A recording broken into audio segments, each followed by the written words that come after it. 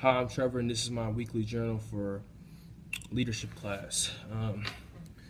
Today we did two activities. The one I'm going to be talking about involved us getting everyone onto the um, balance board, and it was kind of like a seesaw where if you get on one side, the other side tips up, or if you go on the other side, it's like that. So we had to get everybody onto that board and balance it for 5 seconds, and obviously it was kind of hard because the weight differences of everybody, and so some one side would tip up because somebody went on that side, so it was hard balancing it, and we didn't get it.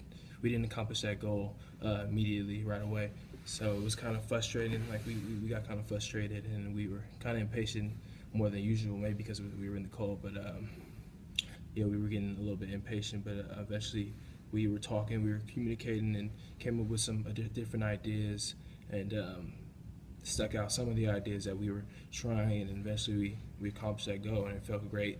We were really excited after that, and we moved on to the next a next activity, and then it was just as hard, and it was just like every time somebody would come on, it would just get imbalanced. And at the end of our discussion, our leader made a good point and a good she said something. She said, the more things, like the more people that came onto the board, the more it got imbalanced, and the more things started getting shaky, and wasn't really working out. And so she related that to life. So like the more things you bring into your life, the more things you have to balance. So your life becomes harder. And that was a great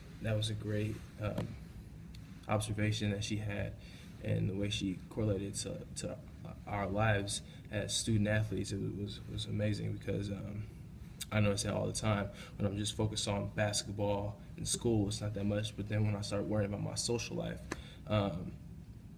it gets hard balancing everything. So the way I'm going to try to do that is doing a good job of balancing everything in my life, and not bringing so much of my social, not caring so much about my social life, and focusing more on the things that matter, such as basketball and in school, because those are the two most important things.